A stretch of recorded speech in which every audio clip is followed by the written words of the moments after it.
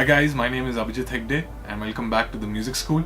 In today's video, I'm going to show you how to remove low ends using an EQ plugin. So let's get started. So the first thing what we're going to do is we're going to head over to our browser and go into audio effects and load a EQ8. The next thing, we're going to select a high pass filter.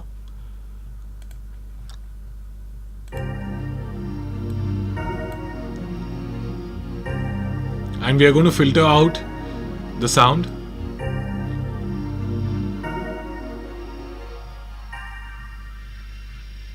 And for the next step, we are going to move the filter towards the left hand side and stop exactly where the filter tone stops.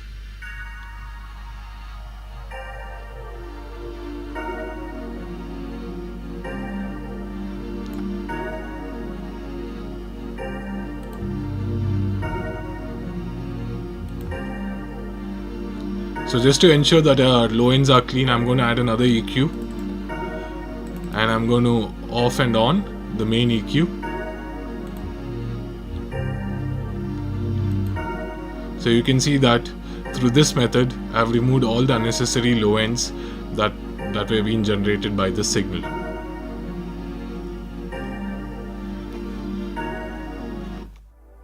So this is how you make sure that your low ends are clean using an EQ plugin. For further information regarding the courses that we have to offer, make sure you log on to www.themusic'scool.in.